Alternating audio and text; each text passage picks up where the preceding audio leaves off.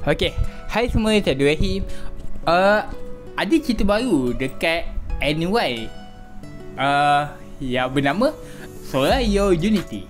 Soraya Unity ni dia anime tentang golf. Tentang golf. Okay, Soraya Unity dia mengisahkan Minami yang nak cari aktiviti koki kelem, tapi bila masuk aktiviti koki kelem tu, boleh kata semua macam tak sepadan. Satu hari dia tersempat dengan satu pakcik ni dekat tepi jalan.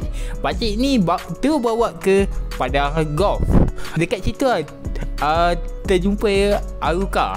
Aruka dia tak cakap banyak, dia terus buat kawan dan juga terus ajak Minami bermain golf.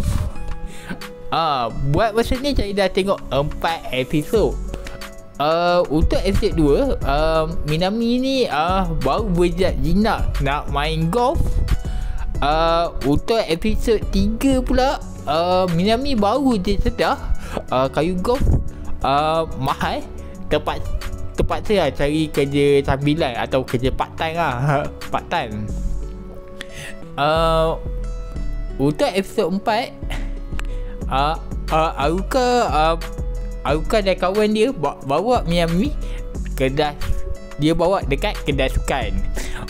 Kalau kedai sukan tu, kalau kita masuk memang kena racun lah.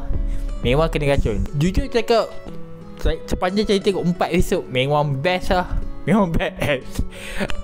Anda boleh tengok Soraya Unity dekat anyway YouTube. Saya harap ada lah siapa buat dubbing Malay lah. Itu permintaan saya lah. Baik, sampai sini saja video untuk kali ni. Saya Abdul Rahim. Jumpa lagi video akan datang. Okay, bye.